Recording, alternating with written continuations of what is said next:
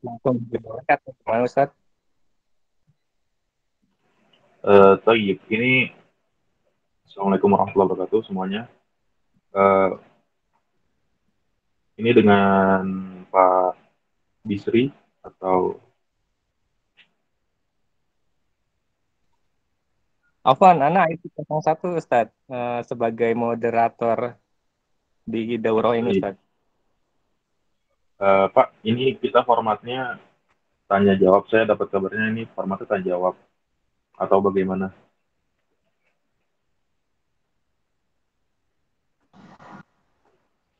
Daurahnya judulnya penyampaian materi pertama sampai materi keempat Ustaz di pekan terakhir kemarin. Tayyib. Kemudian kemudian di sesi materi ada kemungkinan ada tanya jawab Ustaz. Berarti penyampaiannya dengan singkat aja ya berarti ya. Apa dulu Ustaz?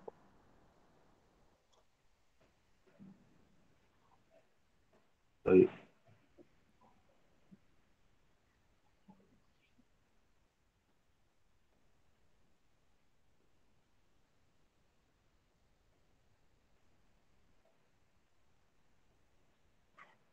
Bismillahirrahmanirrahim.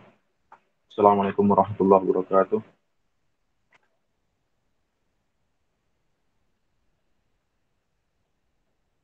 Waalaikumsalam warahmatullahi wabarakatuh. Alhamdulillahirabbil alamin wa sallallahu wasallam wa baraka ala imamil muttaqin wa sayyidil mursalin sayyidina Muhammad wa ala alihi wa ashabihi ajma'in. سبحانك لا علم لنا إلا ما علمتنا إنك أنت العليم الحكيم. اللهم إنا نسألك بأسمائك الحسنى وصفاتك العلى أن تعلمنا ما ينفعنا وأن تنفعنا بما علمتنا. اللهم ارزقنا الإخلاص في كل قول وعمل. اللهم اجعل ما نتعلمه ونعلمه خالصا لوجهك موجبا لرضوانك يا رب العالمين. اللهم إنا نسألك بأسمائك الحسنى الصواب والسداد وإخلاص وتوفيق وحسن خاتمة يا رب العالمين يا ذا الجلال والإكرام. أما بعد. Alhamdulillah ikhwati rahimani wa rahimakumullah. Allah Subhanahu wa taala telah mengumpulkan kita di majelis yang semoga Allah berkahi, semoga Allah muliakan di dunia dan di akhirat, yang kita sama-sama belajar tentang suatu ilmu di antara ilmu pada syariat Islam, ilmu yang disebut dengan ilmu qawaid al-fiqhiyah. Bagaimana yang telah didengarkan di pelajaran lalu yang telah lalu, bahwa ilmu qawaid fiqhiyah ini adalah ilmu tentang kaidah ilmu fikih. Sudah dijelaskan juga secara panjang lebar apa itu fikih, apa itu qawaid, bagaimana asal muasal dari uh, secara terminologi, secara bahasa, begitu juga secara istilah para ulama al-fuqaha. Maka yang akan kita pelajari adalah pelajaran secara singkat, langsung kita bacakan nazm atau mandumah dari qawaid fikih ini. Pertama-tama yang perlu kita ingat adalah penulis mandumah qawaid fikih ini adalah Syekh Abdurrahman Ibn Nasir Al-Sa'di rahimahullah taala. Beliau adalah ulama besar Saudi, penulis kitab tafsir. Di antara kitab beliau yang terkenal adalah kitab tafsir Taisir Karimur Rahman. Itu adalah tafsir di antara tafsir yang sering dijadikan sebagai buku panduan atau kitab panduan yang dibacakan di masjid-masjid kaum muslimin di dunia ini. Beliau adalah guru dari Syekh Muhammad ibn Al-Utsaimin rahimahullah taala, Muhammad ibn Salih Al-Utsaimin rahimahullah taala, di antara ulama besar kerajaan Saudi Arabia rahimahullah taala. Kemudian kita bahas secara singkat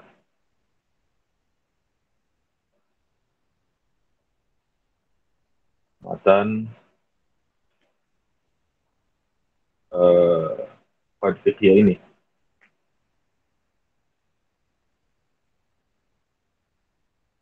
Sebagaimana yang telah lalu di pertemuan pertama, metode belajar kita itu pertama membedah setiap bait dan menerjemahkannya. Yang kedua, menjelaskan kaidah apa yang dimaksud pada bait. dalam bentuk nasr. Jadi bait ini sebutannya adalah manzumah. Pada asalnya ilmu itu ditulis dalam bentuk nasr. Tulis seperti biasa yang kita ketahui bentuk tulisan biasa pada bahasa Arab itu disebut dengan nasr. Kemudian disebut atau ditulis dengan manzumah untuk memudahkan para pembelajarnya untuk dihafal. Jadi seyogianya para ikhwati rahimani wa rahimakumullah memulai atau bisa menghafal bait ini. Caranya gimana? Di antara caranya adalah diulang satu bait satu hari. Satu bait di satu hari. Dan diulang sampai tidaknya sampai 100 kali. Jadi misalnya setelah baca Al-Quran, pagi atau di sore hari, ulang satu bait ini 100 kali. Diulang, cukup dibaca sampai 100 kali, bukan dibaca terus mencoba menghafalnya. Cukup dibaca, insya Allah akan hafal dengan pertolongan Allah Subhanahu wa Ta'ala. Begitu juga hari kedua, hari ketiga, mungkin di akhir pekan dikumpulkan. Misalnya satu pekan itu kumpulkan 5 bait.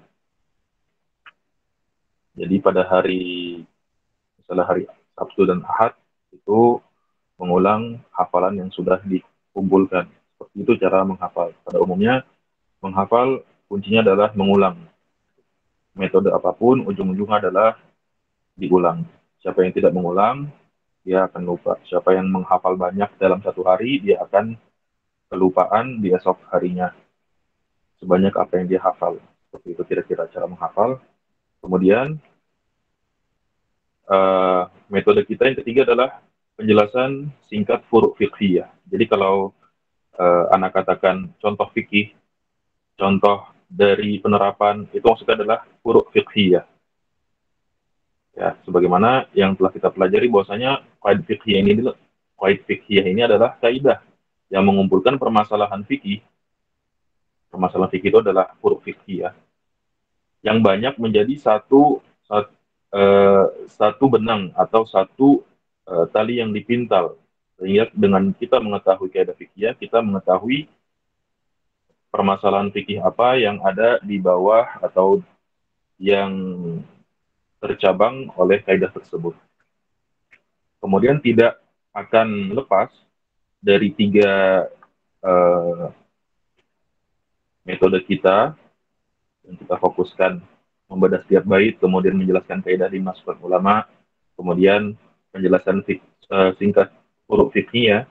Tidak akan lepas juga misalnya pada permasalahan tersebut terdapat taksimat atau pembagian-pembagian.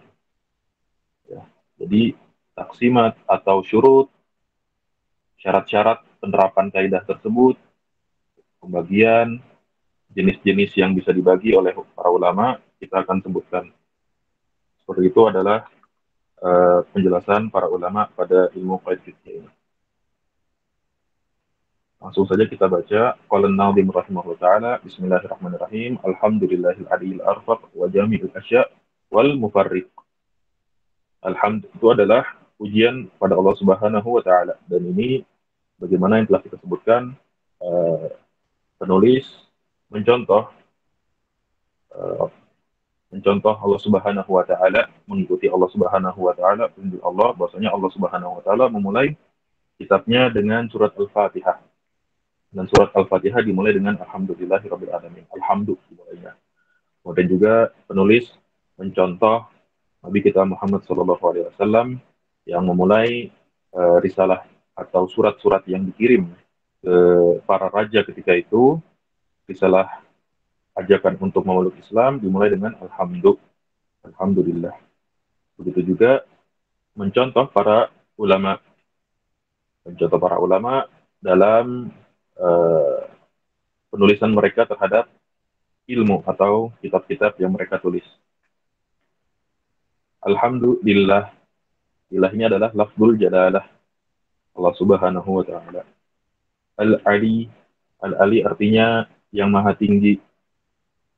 Uluwul mutlak, kemutlakan, ketinggian yang mutlak bagi Allah Subhanahu wa Ta'ala. Kemudian al-arfaq adalah sifat Allah. Di antara sifat Allah Ar-Rifq, maha lembut. Tapi nama Allah bukan Al-Arfaq, tapi Ar-Rafiq.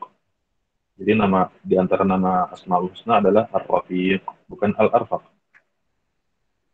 Dari satu bagi yang sudah belajar bahasa Arab, insya Allah mengerti bahwasanya eh, ini adalah dari satu asal kata, yaitu rifq, artinya kelembutan. Dan sifat Allah Subhanahu wa taala maha lemah lembut pada setiap perbuatannya, yang bersifat puncak dari kebaikan dan hikmah. Wa jami'il asya wal mufarriq. Jami itu jamaah, artinya mengumpulkan. Jamil asya artinya mengumpulkan, mengumpulkan segala sesuatu. Al asya jamak dari syai'.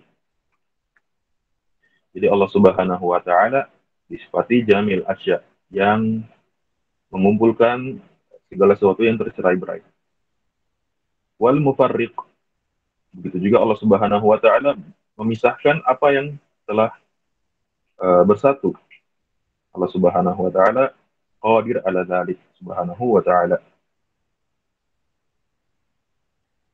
Kemudian dzin ni'amil wasi'atil ghazirah wal hikamil bahiratil katsirah.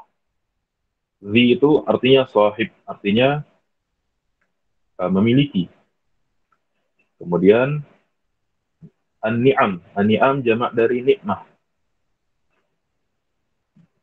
Allah Subhanahu wa taala yang memiliki nikmat, yang berkuasa atas nikmat. Ghazirah bermakna katsirah, nikmat yang sangat banyak. Wal hikamil bahiratil katsirah, dan Allah Subhanahu wa taala juga yang memiliki segala bentuk hikmah, puncak dari hikmah yang kita ketahui, begitu juga yang tidak kita ketahui. Al-bahirah, al-bahirah itu artinya al-katsirah, yang banyak. Di antara uslub bahasa Arab itu tabharul ukul, yaitu akal itu bersungguh-sungguh menghitungnya tapi tidak mampu karena saking banyaknya. Al-katsirah itu banyak. Tsumma sholatu ma'salamin daimi. As-shalah adalah doa para hamba Allah Subhanahu wa taala agar Allah Subhanahu wa taala memuji Nabi Muhammad sallallahu alaihi wasallam dan memberikan tempat mulia di sisi Allah Subhanahu wa taala. Ma'salam, itu maksudnya ma'a. Jadi kalau dalam penulisan bait ada ilmunya tersendiri, ada wazan-wazan atau timbangan-timbangan yang harus diikuti. Yang tadinya ma'a jadi begitu. Salamin artinya salam, ucapan selamat kita kepada Nabi Muhammad SAW, dan juga bermakna keselamatan Nabi Muhammad SAW dari berbagai kekurangan dan kejelekan. Daim itu artinya terus menerus, mustamir artinya. Kemudian ala Rasulil Quraisy, kita ucapkan salawat dan salam kepada Rasul kita Muhammad SAW Al Quraisy, yang yang berasal dari kabilah Quraisy. Quraisy artinya dari kata Quraisy, adalah kabilah Arab yang ma'ruf yang kita ketahui. Al-Khatami itu adalah penutup para nabi, Khatamul Anbiya. Wa alihi wa sahbihi al-abrari. Wa alihi itu adalah keluarga Nabi Muhammad SAW. Al artinya ahl. Wa sahbihi artinya sahabat Nabi Muhammad SAW. Dan al-abrar artinya as-salih, yang salih-salih. Semua sahabat Nabi SAW disifati dengan kesalihan. Al-Haizi, Al-Haizi artinya yang telah memperoleh maratib al-fakhari, maratib martabah, jamak dari martabah, martabat yang kita ketahui. Al-fakhari, yang membanggakan. Jadi mereka, para sahabat radhiyallahu anhum, memperoleh atau mendapatkan gelar terbaik itu sebagai sahabat Nabi Muhammad Shallallahu Alaihi Wasallam.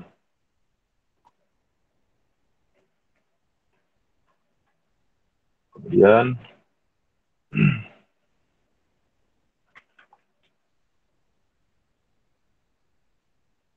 Penulis mengatakan, An-Nazim rahimahullah ta'ala mengatakan, I'lam hudita anna afdalal minan ilmun yuzilu syakka anka waddaran. Ketahuilah para pembaca dan para pendengar, hudita maksudnya adalah semoga Allah memberikan kalian hidayah. Artinya hadakallah ilhaq wasawab. Semoga Allah Subhanahu wa taala memberikan kalian hidayah. Hidayah itu ada dua. Yang pertama hidayah bayan. Yang kita pelajari ini termasuk hidayah, tapi maksudnya adalah hidayah bayan. Dan ketika kita mengamalkannya itu adalah bentuk hidayah taufik. Kalau hidayah bayan bisa apa namanya kita usahakan, dan hidayah taufik itu eh, dari Allah Subhanahu wa taala. Tentu saja hidayah bayan juga dari Allah Subhanahu wa taala, tapi itu yang bisa kita usahakan. Jadi ketika ada dai atau para nabi diperintahkan untuk memberi hidayah, itu maksudnya hidayah bayan. Adapun hidayah taufik itu adalah hak dari Allah Subhanahu wa taala, sebagaimana Nabi kita Muhammad SAW menyeru pamannya Abu Thalib untuk memeluk Islam, tapi taufik dari Allah Subhanahu wa taala atas segala kehikmahan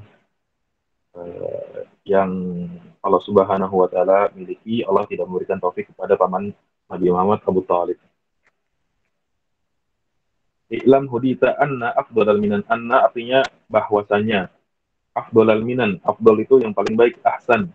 Al minan jamak dari nikmah.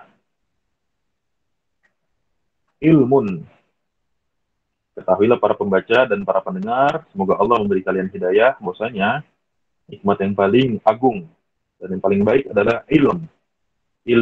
Ilmu yang seperti apa? Ilmu yuzilus syakka, ilmu yang menghilangkan dari keraguan.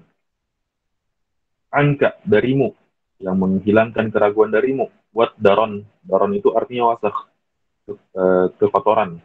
Dan ini adalah isyarat bahwasanya ilmu yang bermanfaat, yang sebagai nikmat di dunia dan akhirat, adalah ilmu yang uh, menghindari kita atau menjaga kita dari syak. Itu isyarat kepada syubhat. Dan juga ilmu yang menghilangkan kita dari kejelekan atau dari kekotoran. Daron maksudnya adalah apa? Maksudnya adalah syahwat. Wa yakshiful haqqa lidil qulubi.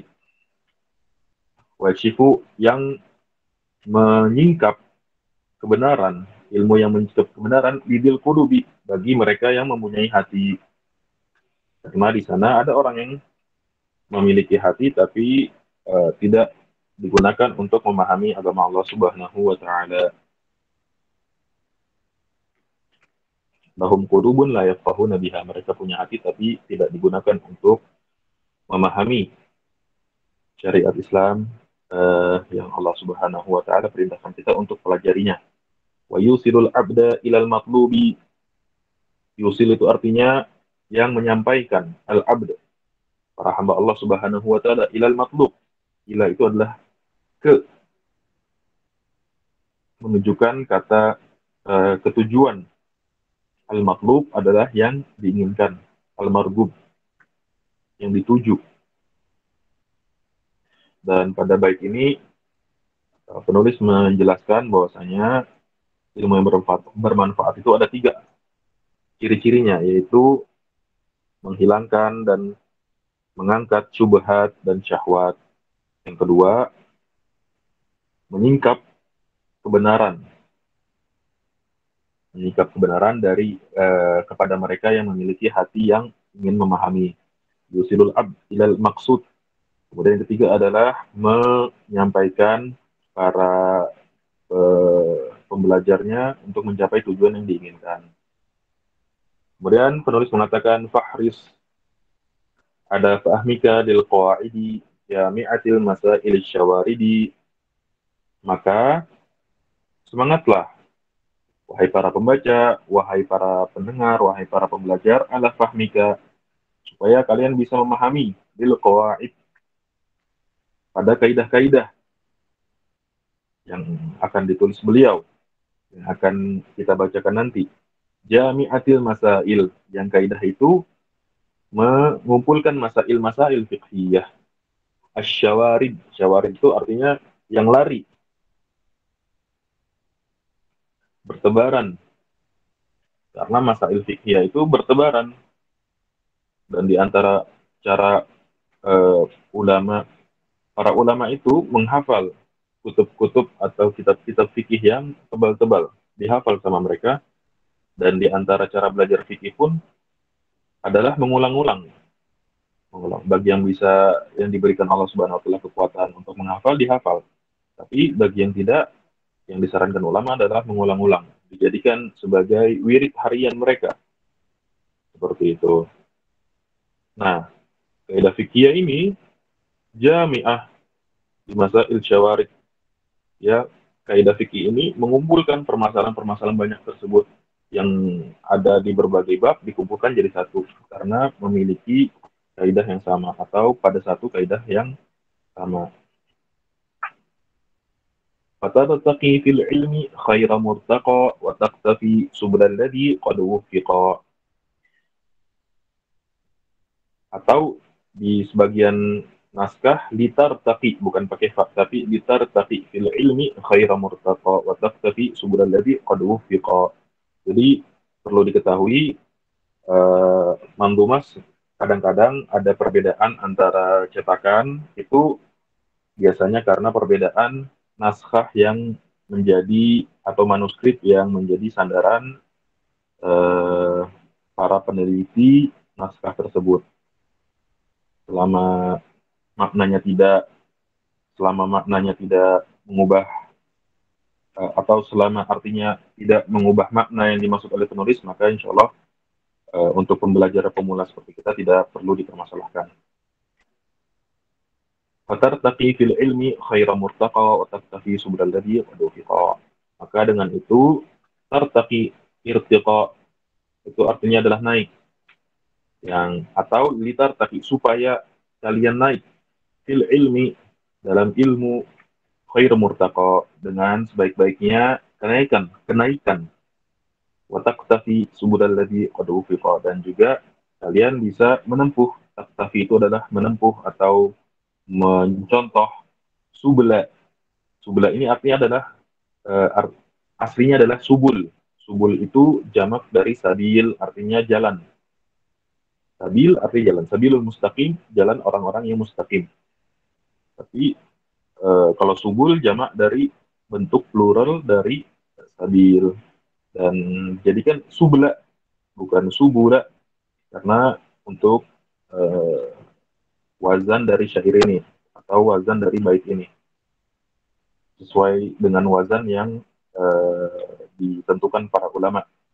Alladzi qad wufiqa, agar kalian bisa menelusuri atau menempuh jalan orang-orang yang diberi taufik, yang sudah terbukti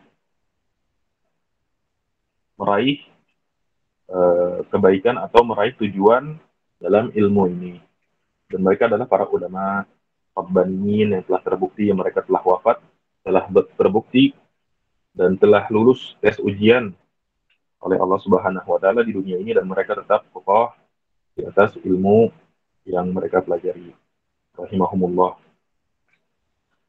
Kemudian penulis mengatakan, An-Nadhim rahimahullah ta'ala, hadihi qawaidun nadamtuha.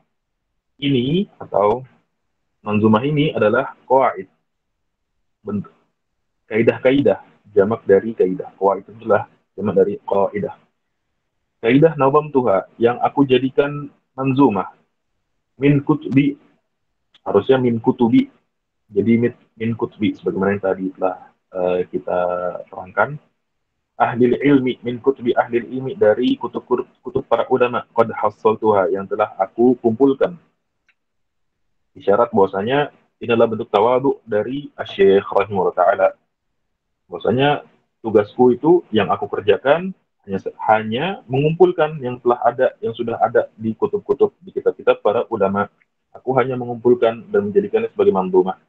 Tapi ada juga isyarat kedua, min kutubi ahli ilmi qad hassaltuha, isyarat bahwasanya wahai para pembaca, para pendengar dan para pembelajar, yang akan kalian pelajarin ini bukan sesuatu yang remeh, tapi ini adalah suatu bentuk juhud, hasil kerja kerasku, dan ini adalah tidak main-main. Bahwasanya aku kumpulkan ini dari kata kutub-kutub atau dari kitab-kitab para ulama. Kemudian beliau rahimahullah taala di akhir bait muqaddimah ini mendoakan para ulama. Jazahumul maula azimal ajri. Semoga para ulama jaza itu artinya semoga eh, membalas, tapi bentuknya fi'il madhi, seakan-akan telah, tapi maksudnya adalah pada bahasa Arab sebagai uslub doa. Jazahumul maula, semoga al maula maksudnya Allah Subhanahu wa taala. Semoga Allah Subhanahu wa taala membalas mereka azimal ajri, balasan yang agung. Wal afwa, afwa artinya eh, ampunan atau maaf dari Allah Subhanahu wa taala. Ma'a ghufranihi, dan begitu juga semoga Allah Subhanahu wa taala mengampuni mereka, wal birri, dan semoga Allah Subhanahu wa taala membalas mereka kebaikan. Kemudian eh, kita sedikit bahas muqaddimah yang saya selipkan dan tidak ada di kitab atau tidak ada di manzumah, yang merupakan muqaddimah ilmu qaid fiqhiyah. Karena seyogyanya sebelum kita mempelajari suatu ilmu, kita harus mengetahui beberapa hal yang harus kita ketahui tentang ilmu tersebut sebagai intermezzo. Bahwasanya kita mengetahui apa yang akan kita pelajari, dan yang telah kita sampaikan hanya beberapa hal saja. Dan jika para pembelajar, ikhwati rahimani wa rahimakumullah, mempelajari suatu ilmu yang lain, mungkin ada pembahasan-pembahasan yang ditambahkan oleh para ustadz. Misalnya buku-buku apa saja yang berkaitan, para penulisnya, atau sejarah eh, bagaimana suatu bagaimana ilmu tersebut dirumuskan para ulama, dan bagaimana perkembangannya hingga saat ini, dan bagaimana penulisannya, bagaimana buku-bukunya atau kitab-kitabnya, bagaimana metode penulisannya, itu semua termasuk pada mukaddimah yang seharusnya dipelajari. Namun karena kita adalah semuanya pelajar pemula, maka kita cukupkan pada beberapa permasalahan saja. Yang pertama adalah definisi. Kalau ini insya Allah pasti dibahas. Definisi adalah al-qawaid fiqhiyah. Qawaid itu intinya, qawaid itu adalah suatu kaidah atau kaidah-kaidah.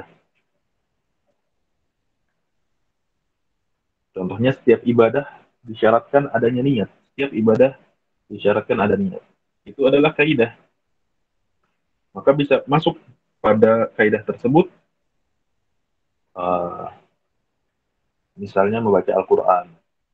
Ibadah kan, untuk sampai atau untuk sah dan kita berharap pahala, maka harus kita niatkan karena Allah Subhanahu wa taala. Begitu juga sholat, begitu juga zakat, begitu juga puasa, begitu juga haji, umroh.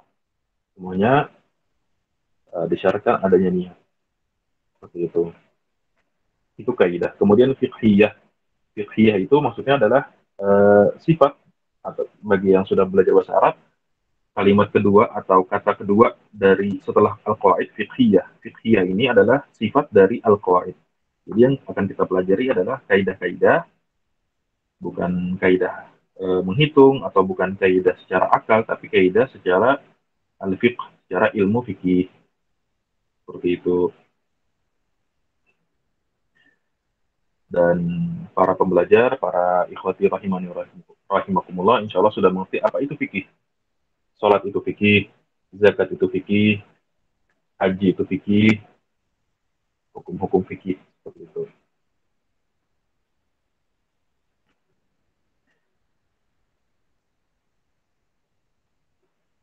Kemudian hubungan antara qawaid fiqhiyah dengan fikih dan usul fikih. Jadi ada qaid fiqhiyah, ada ilmu fikih, ada ilmu usul fikih. Khulasohnya atau singkatnya, untuk adanya suatu hukum, kita permisalkan uh, as-salat hukumnya wajib. Para mujtahid, para ulama yang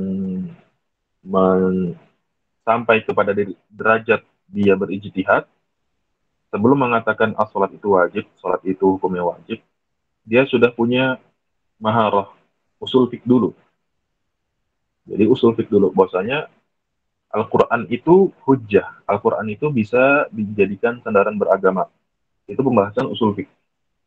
Atau perkataan Nabi Muhammad SAW, qaul sunnah Nabi SAW itu hujjah, bisa dijadikan sandaran beragama. Begitu juga ijma, ijma hujjah. Begitu juga qiyas, dan lain sebagainya. Yang kita contohkan tadi adalah Al-Quran hujjah. Itu dalil tapi secara umum, bukan secara khusus. Begitu. Kemudian, setelah mengetahui itu, usul fik itu dinamakan usul fik. Kemudian dia membaca qauluhu ta'ala, membaca firman Allah Subhanahu wa taala, aqimus shalah, dan dirikanlah salat. Dan dia juga mengetahui kaidah usul fik bahwasanya al-amru yaqtadil wujub. Perintah itu, perintah secara mutlak itu pada asalnya berhukum atau berkonsekuensi hukum wajib. Ketika dia membaca wa aqimus shalah dan dirikanlah salat. Nah, Allah Subhanahu wa taala memerintahkan para hambanya untuk mendirikan sholat. Perintah berarti wajib. Nah, muncullah hukum sholat itu hukumnya wajib. Begitu. Itu insya Allah para ikhwati rahimani wa rahimakumullah mengetahui hubungan antara usul fik dan fikih. Kalau fikih itu membahas dalil-dalil secara mujmal, secara umum, general. Al-Quran itu hujjah. Jadi bukan bahas ayat per ayat, tapi secara umum. Al-Quran itu hujjah. Atau perintah dalam Al-Quran, dalam sunnah, itu pada asalnya memberi faidah wajib. Kecuali ada dalil yang membelokkannya kepada sunnah. Atau kepada mubah. Seperti itu tuh pembahasan usul fikih. Adapun fikih, dia adalah bisa kita katakan produk dari usul fikih itu, ahkam, hukum-hukum fikih. Dia membahas dalil secara terperinci. Seperti itu. Kemudian bagaimana qaid fiqhiyah?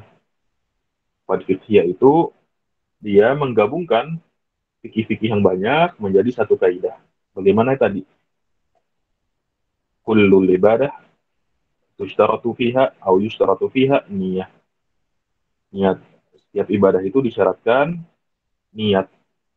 Jadi sholat itu untuk sah disyaratkan niat. Puasa agar dia sah, agar dia berpahala disyaratkan niat. Begitu juga zakat disyaratkan niat. Haji dan umroh disyaratkan niat. Seperti itu. Jadi kalau bisa kita katakan usul fikih adalah fondasinya. Kalau kita kiaskan atau kita analogikan sebagai rumah, usul fikih adalah fondasinya, fikih adalah bangunannya. Jadi dia tiang-tiangnya. Jadi satu bangunan, satu tembok maksudnya.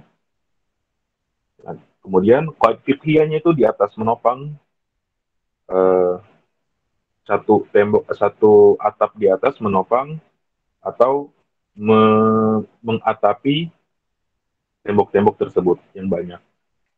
Kira-kira seperti itu analoginya. Semoga ikhwati rahimani wa rahimakumullah bisa memahaminya dengan baik.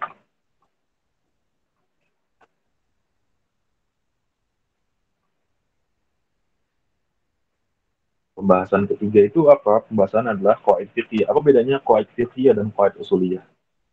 Uh, khulasohnya, khulasohnya adalah qaid fiqhiyah itu kaidah-kaidah ilmu fikih yang bawahnya adalah ilmu fikih. Adapun qaid usuliyah kaidah-kaidah tentang pembahasan dalil secara umum. Kalau dikatakan qaid fiqhiyah, misalnya kulul ibadah mustaratu fiha niyah. Setiap ibadah disyaratkan niat. Kita bisa langsung ambil kesimpulan, setiap yang dinamakan ibadah, kita bisa menghukumi. Setiap yang dinamakan ibadah, dia harus pakai niat, disyaratkan niat.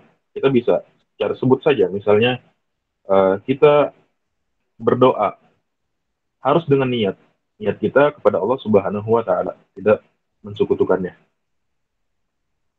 Begitu juga ibadah yang lain, misalnya berjihad, misalnya, atau berhaji, atau umroh, sebagaimana yang tadi telah kita sebutkan. Agar sah, agar berpahala, dia uh, disyaratkan dengan niat. Dan kita bisa langsung ketahui dari kaidah tersebut. Setiap ibadah disyaratkan niat. Adapun kaidah-kaidah usul tadi, kaidah-kaidah usul fik, maka kita tidak bisa mengetahui hukumnya kecuali dengan perantara dalil secara terperinci. Contohnya apa tadi? Kita tidak bisa mengetahui suatu hukum hanya dengan kita mengetahui bahwasanya Al-Quran itu bisa dijadikan sebagai sandaran beragama.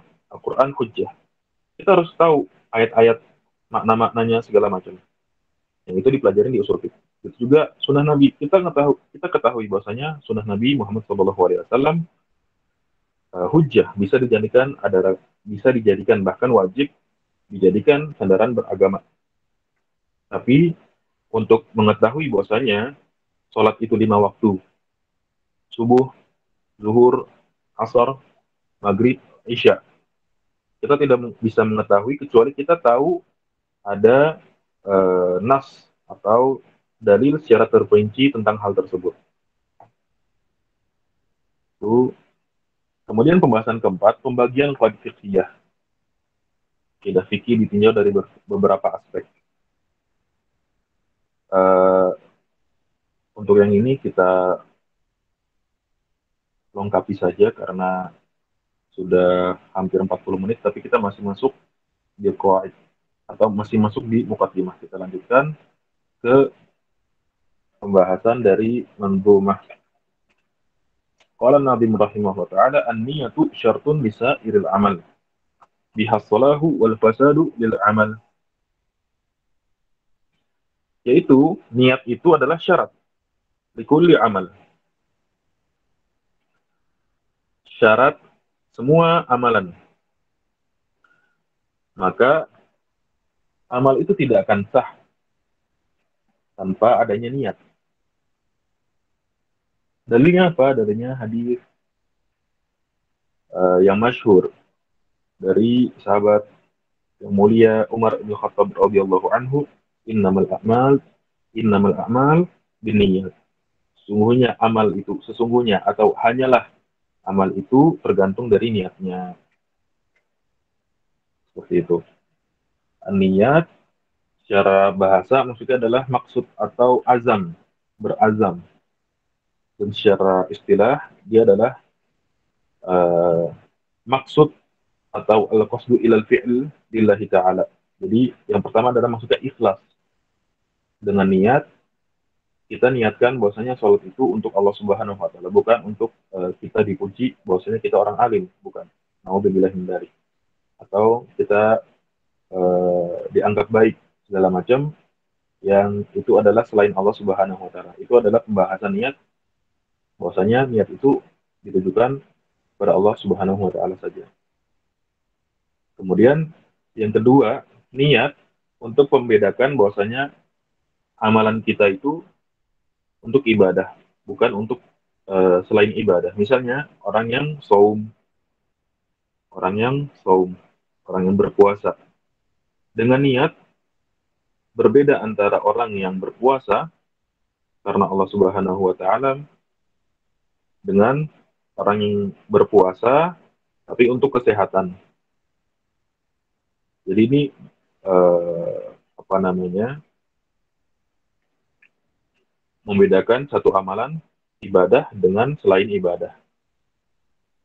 Begitu juga niat ini bisa membedakan antara satu ibadah dengan ibadah lainnya. Misalnya ketika seorang itu mengeluarkan sedekah atau mengeluarkan uang dengan niat, bisa jadi dia itu memberi sedekah,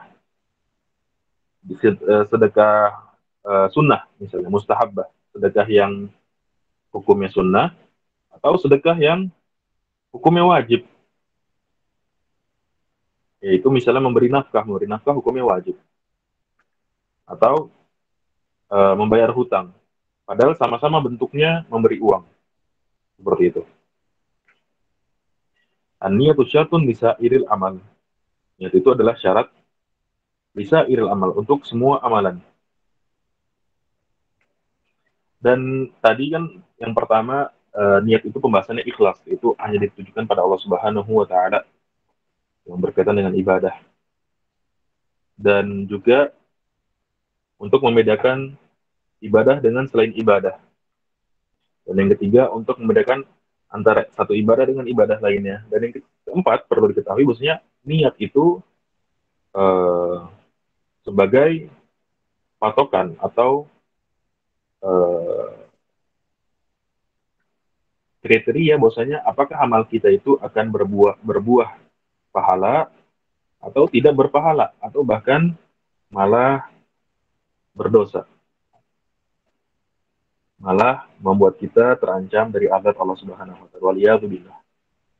Misalnya seorang yang kita bahas pada pertemuan atau pada audio terakhir, misalnya seorang tentara atau polisi, ketika dia niatkan, ketika dia bertugas niatkan untuk menjaga keamanan, dan dia berharap atas apa yang ia lakukan, insya Allah berpahala. Jadi dia bisa menjadikan suatu amalan yang pada asalnya tidak berpahala, jadi berpahala. Begitu juga orang yang sering dicontohkan ulama, orang yang makan agar dia kuat beribadah. Dia makan yang bergizi agar dia kuat beribadah. Itu menjadi pahala. Atau dia tidur supaya dia nanti uh, kuat bangun subuh. Dia tidur cepat, bukan untuk yang lain, tapi untuk bangun subuh. Itu berpahala juga tidurnya. Padahal tidur itu adalah tabiat manusia yang dilakukan semua manusia, tapi bisa berpahala dengan niat. Biha salahu wal fasadu lil amal. Qala Nazim rahimahullah taala, an-niyatu syartun lisairil amal, biha salahu wal fasadu lil amal. Dengan niat itu as-salah bisa dicapaikan salah, yaitu kebaikan, dan juga keabsahan. Wal fasad bisa juga dengan niat itu kerusakan lil amal, pada suatu amalan.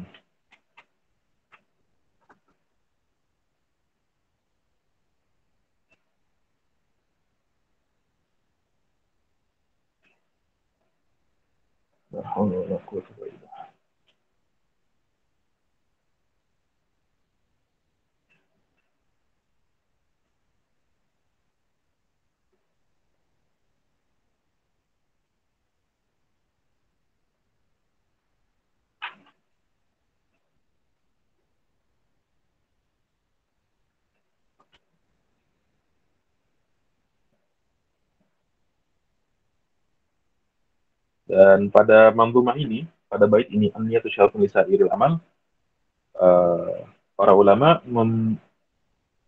para ulama merumuskan lafaz atau ta'bir dari kaidah tersebut dengan kaidah al-umur di maqasidiha. Al-umur di maqasidiha. Segala urusan, setiap amalan itu tergantung dari maqasidnya, tergantung dari yang dimaksud, yaitu niat itu sendiri. Dan ini adalah satu di antara 5 kaidah agung yang para ulama sepakat keabsahan, atau ulama semuanya mengamalkan kaidah 5 kaidah ini. Yang pertama, al-umur bimaqasidiha, dan telah disebutkan pada pertemuan kedua, pada audio yang kedua yang tadi kita lewatin. Tapi ini penting, jadi kita akan sebut. Pertama, al-umur bimaqasidiha. Yang kedua, al-masyaqqah tajlibut taisir. Ini juga akan kita bahas insya Allah. Yang ketiga, yang kedua, al-yakin la yazulu bisyak. Al-yakin la yazulu bisyak. Keyakinan itu tidak bisa gugur dengan munculnya keraguan. Insya Allah akan kita pelajari pada pertemuan-pertemuan berikutnya. Yang ketiga, al-masyaqqah tajlibut taysir. Kesulitan mendatangkan kemudahan. Di antara kaidah syariat adalah setiap adanya kesulitan akan mendatangkan kemudahan. Begitu juga kaidah yang keempat, ad-dararu yuzal. Setiap kemudaratan harus segera disingkirkan. Yang kaidah kelima adalah al-adah muhakkamah. Adat itu bisa menjadi patokan hukum. Insya Allah juga akan kita pelajari pada pertemuan berikutnya. Atau pertemuan yang akan datang.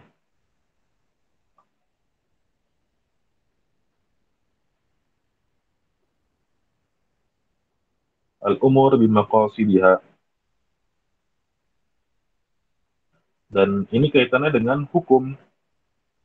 Kalau tadi kita telah bahas niat itu atau maksud, niat atau maksud seseorang itu bisa menentukan keikhlasannya, kemudian membedakan antara satu ibadah dengan selain ibadah, atau satu ibadah dengan ibadah lainnya, atau menjadikannya dia berpahala atau tidak berpahala, bahkan berdosa. Tapi pada pembahasan fikih, yang dibahas adalah hukum. Jadi misalnya berkaitan dengan muamalah, masalah berkaitan dengan fikih muamalah maliyah, yang berkaitan dengan harta, maka bisa bisa menjadi permasalahan, bisa menjadi pembahasan ketika suatu niat dia akan menentukan apakah suatu akad itu sah atau tidak. Contohnya yang kita kasih contoh ketika pertemuan ini adalah ketika contoh selain fikih muamalah, misalnya fikih yang lain, fikih usrah misalnya, fikih tentang keluarga. Seorang itu mengatakan pulanglah, mengatakan pada istrinya, pulanglah ke rumah ibumu. Kalau dia pulang ke rumah ibumu kan maknanya adalah bisa berupa talak, bisa berupa yang lainnya. Jadi dengan niat, maka jika dia meniatkannya untuk talak, maka jatuhlah talak tersebut. Jika dia tidak meniatkan talak, maka tidak jatuh talak tersebut. Seperti itu.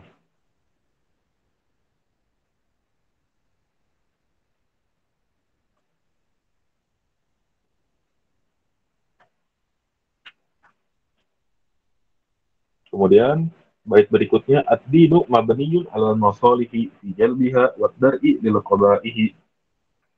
Ad-din, agama kita, mabni adalah berpondasikan 'alal masalih, atas kemaslahatan, fi jalbiha, untuk yang selalu agama kita ini bersandar atau berpondasikan mengambil manfaat,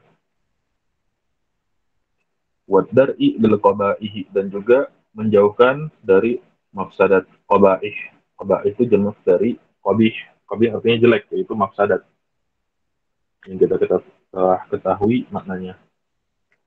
Contohnya adalah Allah Subhanahu wa taala, bahwasanya Allah Subhanahu wa taala memerintahkan kita untuk bertauhid. Tauhid itu maslahat kita dunia dan akhirat. Di dunia kita tenang hatinya dengan bertauhid. Ketika kita dapat musibah, kita bertauhid kepada Allah, bahwasanya kita meyakini Allah Subhanahu wa taala menciptakan sesuatu, mentakdirkan kita sesuai dengan ilmu dan hikmah yang Allah Subhanahu wa taala sifati, bukan atas keinginan kita. Bisa jadi yang kita yang kita inginkan adalah mudarat, yang Allah Subhanahu wa taala lebih tahu tentang itu. Dengan kita bertauhid, kita menjadi lega hati kita, menjadi lapang dada kita menerima takdir Allah dengan baik. Beda dengan orang yang tidak bertauhid. Dia tidak bertauhid pada Allah, maka yang bisa dilakukan hanya menyalahkan atau malah naudzubillah menjadi depresi.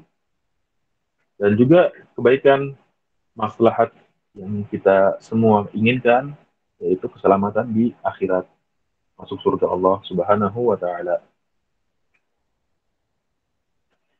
Faman zuhziha anin nar wa dakhala jannah faqad faz. Siapa yang diselamatkan dari neraka dan masuk surga, maka itu adalah orang-orang yang menang, sukses seperti itu. Begitu juga agama kita ini dibangun di atas fondasi menghilangkan atau menjauhkan dari segala bentuk kejelekan. Dan Allah Subhanahu wa taala melarang kita dari berbuat syirik. Karena kesyirikan itu mendatangkan kejelekan di dunia, apalagi di akhirat. Nauzubillahi min dzalik. Di dunia dia hatinya kelam, hatinya rusak, dan dari kesyirikan itu akan muncul kejelekan-kejelekan dosa-dosa yang lain. Nauzubillahi min dzalik. Dan yang paling parah, dia akan kekal di neraka. Bukan lama, bukan 1.000 tahun, bukan 2.000 tahun, bukan 10.000 tahun, bukan 1 juta tahun selamanya. Nauzubillah min dzalik. Begitu juga kemaslahatan yang kita cita-citakan di surga bukan 1.000 tahun, bukan 2.000 tahun, bukan 1 juta tahun, tapi selamanya, yang semoga kita dikumpulkan di surga Allah Subhanahu wa taala kelak. Begitu juga Allah Subhanahu wa taala memerintahkan kita untuk mendirikan sholat, menunaikan zakat, berhaji, berumrah bagi yang mampu, berbuat baik kepada orang tua, semuanya adalah maslahat. Maslahat yang diinginkan Allah Subhanahu wa taala kepada para hambanya. Kita lanjutkan ke bait selanjutnya. Qala Nabi rahimahullah, fa in tazaham adadul masalih fa in tazaham adadul masalihi yuqaddamul a'la minal masalihi. Ini adalah kaidah yang berkaitan juga dengan kaidah sebelumnya. Bahwasanya fa'in itu artinya adalah jika, maka jika tazaham itu artinya berkumpul, adadul masalih itu maksudnya lebih dari satu maslahat. Jika terkumpul lebih dari satu maslahat, dua, tiga, dan seterusnya. Yuqaddamul a'la, kaidahnya adalah yuqaddam, kita ambil al-a'la, yuqaddam itu artinya didahulukan. Al-a'la artinya yang lebih tinggi. Minal masalihi, dari maslahat-maslahat yang ada. Jadi jika ada maslahat yang lebih dari satu, dua, tiga, empat, pada satu waktu, dan kita tidak bisa mengambil semua maslahat itu, harus kita pilih, dan harus ada yang tidak kita pilih, maka yuqaddamul a'la, kita ambil maslahat yang lebih tinggi atau lebih besar. Dan telah kita jelaskan pada audio pekanan bahwasanya ada beberapa hal yang bisa kita jadikan patokan mana maslahat itu lebih tinggi dari maslahat lainnya. Dan ini adalah suatu kaidah yang kita ketahui dan kita lakukan. Kita ketahui dan kita lakukan sehari-hari. Dan tambahan, bagaimana kita bisa membedakan satu maslahat dan maslahat yang lain, yang menurut agama atau menurut agama kita, menurut syariat Islam, itulah yang perlu kita ketahui. Jangan sampai kita mengira satu maslahat itu lebih tinggi dan kita dahulukan, padahal itu maslahat yang lebih rendah. Nauzubillah min dzalik. Dan ini semua adalah hidayah bayan yang kita isyaratkan tadi di awal, bahwasanya ini semua hidayat bayan. Kita memprioritaskan. Jadi bisa kita katakan kaidah ini adalah, atau bagian yang ini adalah bagaimana kita mengetahui fikih prioritas. Bagaimana kita memahami suatu mana yang lebih penting dari suatu lain yang penting juga. Dan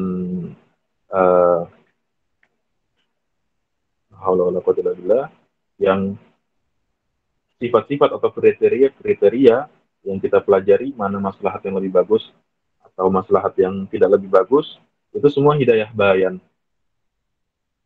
Bisa jadi kita ketahui, namun naudzubillah Allah Subhanahu wa taala tidak memberikan kita hidayah taufiknya. Inilah inilah ilmu agama. Jadi kita perlu hidayah bayan dan kita perlu hidayah taufik, dan semua itu adalah murni karunia Allah Subhanahu wa taala. Kebaikan yang kita lakukan sesungguhnya murni kebaikan Allah Subhanahu wa taala, bukan karena kepintaran kita, bukan karena kebaikan kita, bukan karena uh, juhud kita, sungguh-sungguhnya kita, bukan. Semuanya murni, dan kita harus tanamkan itu supaya kita terus terus ingat bahwasanya kita yang butuh Allah Subhanahu wa taala dan Allah tidak butuh kita. Allahu ghaniyun 'anil 'alamin. Allah Subhanahu wa taala kaya, tidak memerlukan semesta ini. Kita lanjut. Qala an-nazim rahimahullah ta'ala wa bidduhu tazahumul mafasid. Wa bidduhu tazahumul mafasidi yurtakabul adna minal mafasidi. Kebalikannya, wa bidduhu, dan kebalikannya, tazahumul mafasidi, ketika tazahum atau ketika mafasid itu tazahum, ketika mafsadat itu lebih dari satu dan kita tidak bisa menolak semuanya, harus ada yang satu yang kita lakukan atau kita alami, yurtakabul adna. Kita ambil mafsadat yang lebih kecil atau yang paling kecil, minal mafasidi, dari mafsadat-mafsadat yang ada. Contohnya, mau nggak mau kita dihadapkan yang haram dan yang makruh. Kita harus lakukan yang makruh, bukan yang haram. Misalnya apa? Misalnya seorang ditodong, naudzubillah, ditodong pakai senjata oleh penjahat. Harus melakukan yang satu haram, pilih satu, haram atau makruh. Kita lakukan yang makruh. Seperti itu. Begitu juga jika keduanya haram. Dua-duanya haram, maka kita pilih haram yang dorornya atau kejelekannya lebih sedikit. Misalnya, naudzubillah, kita ditodong, naudzubillah, ada seseorang ditodong untuk melakukan, mengucapkan kalimat kufur. Yang satu lagi untuk keharaman, yaitu untuk berbohong. Kita pilih yang berbohong. Seperti itu.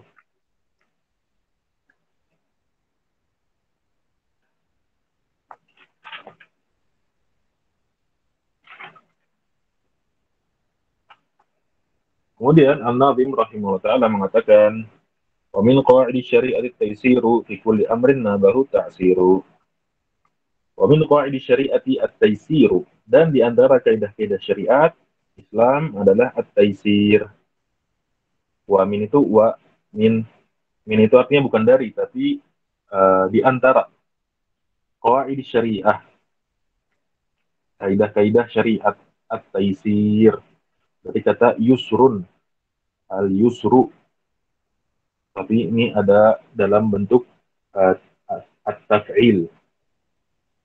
Bagi yang sudah mempelajari ilmu sorof, mengetahui hal ini insyaallah ta'ala. At-taisir, di antara kaidah syariat adalah kemudahan. Dari kemudahan pada apa? Kulli amrin nabahu ta'siru, pada setiap perkara yang terdapat kesusahan padanya. Dalilnya apa? Dalilnya adalah firman Allah Subhanahu wa taala, "Ma yuridullahu liyaj'ala 'alaikum min haraj." Allah Subhanahu wa taala tidak menginginkan kalian berada dalam kesulitan. Yuridullahu bikumul yusra wa la yuridu bikumul usra. Allah Subhanahu wa taala menginginkan kemudahan atas kalian, tidak, dan Allah Subhanahu wa taala tidak menginginkan kalian dalam kesusahan. Dan banyak hal, banyak contoh-contoh yang ada pada syariat ini yang membuktikan bahwasanya agama Islam itu dibangun atas kemudahan, berbagai kemudahan. Contohnya apa? Yang perlu kita ingat bahwasanya sholat itu pada asalnya 50 kali dalam sehari. Tapi kemudian hukum itu mansuh, hukum itu diganti menjadi 5 kali saja. Dan ini adalah bentuk kemudahan. Dan begitu juga, sebagaimana yang kita ketahui, di surat Al-Baqarah disebutkan, Bani Israel, kaum Nabi Musa, alaihi salam, cara tobatnya gimana? Cara tobatnya dengan bunuh diri. Cara tobatnya dengan bunuh diri. Ada di awal-awal surat Al-Baqarah. Dan Alhamdulillah, hukum itu dimansuh, dinasakh, diganti. Kita umat Nabi kita Muhammad SAW, kita semua untuk bertobat tidak harus bunuh diri. Nauzubillah min dzalik. Dan begitu juga banyak contoh-contoh yang telah kita sebutkan. Contohnya apa? Contohnya adalah penggunaan tayamum. Kita bertoharah jika tidak bisa menggunakan air karena kulit kita bisa melepuh. Misalnya naudzubillah, karena kulit tangan kita lagi luka. Kalau kena air bisa luka atau pengobatannya jadi terlambat. Maka kita dengan tayamum. Begitu juga orang yang musafir, safar. Orang yang safar boleh berbuka puasa, walaupun safarnya tidak memberatkan. Dia tetap boleh boleh membuka puasa maksudnya. Begitu juga bagi orang yang tidak bisa berdiri lama. Misalnya dia masih bisa berdiri sebentar untuk sholat, maka dia takbiratul ihram dengan berdiri. Kemudian ketika berjamaah, ketika imam baca Bismillahirrahmanirrahim, Alhamdulillahirrahmanirrahim, maka dia duduk dengan kursi yang dia siapkan. Dia tidak bisa rukuk, dia tidak bisa sujud, maka dia bisa dengan membungkuk dengan isyarat badannya. Bagi mereka yang tidak bisa rukuk dan tidak bisa sujud. Begitu juga ketika hujan deras, syariat wajibnya sholat berjamaah bagi laki-laki, dia boleh sholat di rumah. Begitu juga ditakutkan misalnya sebagaimana yang telah terjadi di seluruh dunia ini dengan pandemi COVID, maka ketika lagi parah-parahnya, uh, syariat untuk wajibnya sholat di masjid gugur. Laki-laki boleh sholat di rumah, bahkan ketika Idul Fitri. Kemudian Nazim mengatakan, rahimahullah ta'ala, walaysa wajibu bilaktidari wala muharram ma'at firari. Dan hukum wajib bisa gugur bilaktidari. Walaysa itu artinya tidak. Wajib itu ya kita ketahui wajib bila tanpa. Iktidar artinya kemampuan, artinya istitoah. Tidak ada kewajiban tanpa kemampuan. Tidak ada kewajiban tanpa kemampuan. Orang yang tidak mampu menunaikan haji karena tidak ada biaya, dia tidak wajib. Bahkan ketika dia sangat ingin berhaji, dia mendapatkan pahala. Pahala azamnya dia itu. Allah Subhanahu wa Ta'ala tidak menyia-nyiakan kebaikan hambanya. Wala muharram ma'abtirari, dan tidak ada keharaman ketika dalam situasi genting, ittirar, dalam situasi darurat. Orang yang tersedak, yang telah kita contohkan, orang yang tersedak dan di depannya hanya ada minuman yang haram, maka dia boleh menenggaknya. Naudzubillah. Kemudian dijelaskan setelahnya oleh Nawawim, wa kullu mahdurin ma'ad darurah, dan setiap keharaman yang boleh dilakukan ma'ad darurah karena suatu situasi genting, biqadriha ma tahtajuhud darurah, hanya boleh dilakukan, hanya boleh dilaksanakan sesuai dengan kadar kegentingan tersebut. Tidak boleh dia minum, misalnya contoh yang tadi, tidak boleh dia minum sampai kembung misalnya, atau dia tidak boleh menikmatinya, seperti itu.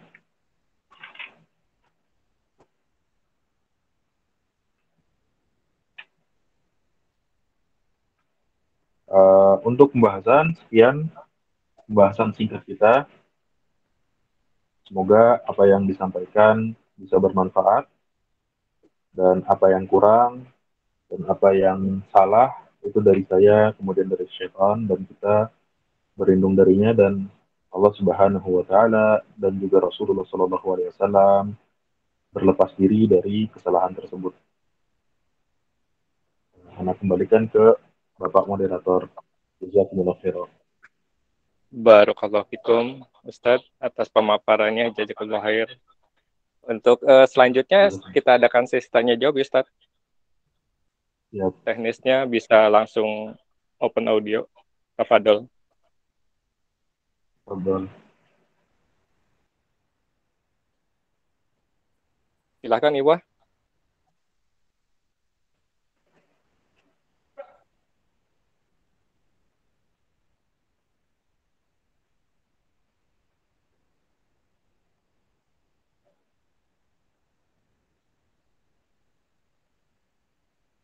Nampaknya sudah jelas nih Ustadz. Ya, boleh Silakan juga Iwa. begini Nah, kalau misalnya nanti Pak ada pelajaran yang tidak dimengerti atau butuh penjelasan lanjutan, mungkin bisa Pak dikirim dengan pertanyaan, baik itu pertanyaan yang atau baik itu pelajaran yang dari awal sampai nanti audio yang sudah keluar itu, kalau boleh saran, ada pertanyaan yang muskilah atau masih dibingung, kurang dipahami, itu boleh bertanya secara tulisan, nanti dikumpulin, nanti saya jawab per pekan atau per 2 pekan. Mungkin itu yang bisa Anda usulkan, Pak Moderator. Barakallahu fikum. Masya Allah, jazakallahu khair. Sepertinya tidak ada pertanyaan lagi Ustadz, dan nanti Ada pertanyaannya satu kurang Pak. jelas bisa type. Nah, Ada yang Tafadhol. Bismillahirrahmanirrahim. Assalamualaikum Ustaz. Ana mau bertanya, apakah Syekh Abdurrahman bin Nasir As-Sa'di itu sama dengan Syekh Abdurrahman bin Nasir As-Sa'di ya? Soalnya selama ini Ana biasa dengarnya itu yang nama belakangnya itu As-Sa'di. Begitu, jazakallahu khairan.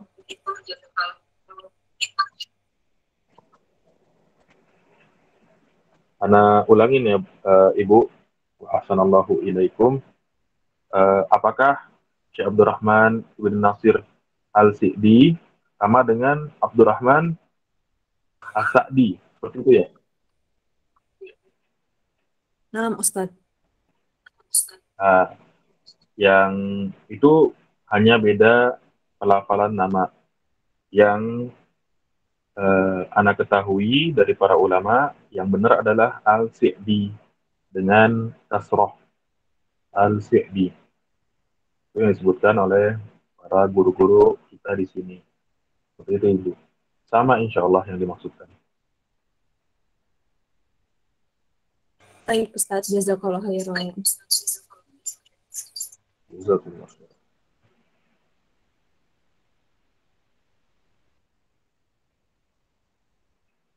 Silakan yang lainnya. Tafadhol. Ada lagi?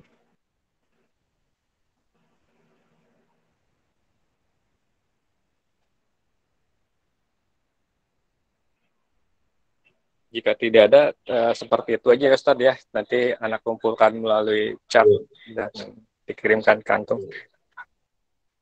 Bisa insya Allah. Semuanya bisa, tanya aja. Nanti kan yang memang misalnya di luar kemampuan saya kan bisa saya cari dulu jawabannya, atau ya yang bisa saya jawab insya Allah saya jawab. Itu. Nah, Ustaz. Baik, dengan begitu berakhir sesi daurah materi pekan ke-1 sampai ke-4 kali ini. Insya Allah kita bertemu kembali kurang lebih di pertemuan selanjutnya Ustaz ya. Ya, Semoga Allah berikan kemudahan. Barakallahu fikum untuk Ustaz yang telah memawakan. Semoga mendapatkan pahala berlipat dari Allah Subhanahu wa taala, dan kita penuntut ilmu agar diberikan hikmah dan manfaatnya dari yang telah diutarakan Ustaz tadi. Barakallahu fikum. Jazakumullah khair atas partisipasinya kepada seluruh siswa Tarbiyah Sunnah Learning. Dan dengan demikian kita ucapkan doa kafaratul majelis. Subhanallahumma wa bihamdihi asyhadu an la ilaha illa anta astaghfiruka wa atubu ilaik. Assalamualaikum warahmatullahi wabarakatuh. Assalamualaikum. Waalaikumsalam. Waalaikumsalam warahmatullahi wabarakatuh.